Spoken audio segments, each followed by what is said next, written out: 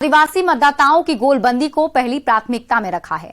अगले साल होने वाले लोकसभा चुनाव को लेकर गुवाहाटी में हुई बीजेपी नेताओं की बैठक में यह निर्णय लिया गया है कि लोकसभा की 5 और विधानसभा की 28 एसटी सीट पर बीजेपी के नेता सबसे ज्यादा पसीना बहाते हुए नजर आएंगे।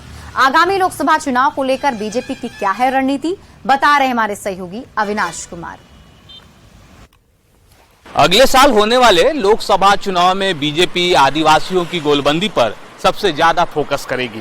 गुवाहाटी में पूर्वी और पूर्वोत्तर भारत के बीजेपी नेताओं की हुई बैठक में ये निर्णय लिया गया है। और अगर हम झारखंड के संदर्भ में बात करें तो वहाँ नवनियुक्त प्रदेश अध्यक्ष बाबूलाल मरांडी, राष्ट्रीय उपाध्यक्ष रघुवर दास, प्रभारी लक्ष्मीकांत वाजपेयी सहित पार्टी के तमाम बड़े नेता इस बैठक में शामिल हुए। और इसमें इस बात पर सबसे ज़्यादा फोकस करने को कहा गया है कि कैसे झारखंड में वैसी लोकसभा की सीटें जो पिछले चुनाव में बीजेपी नहीं जीत पाई है उसे जीतना, और साथ ही साथ जहां कम अंतर से बीजेपी ने जीत दर्ज की है वहां कैसे अंतर और बढ़ाया जाए, इसको लेकर काम करने की ज़रूरत है।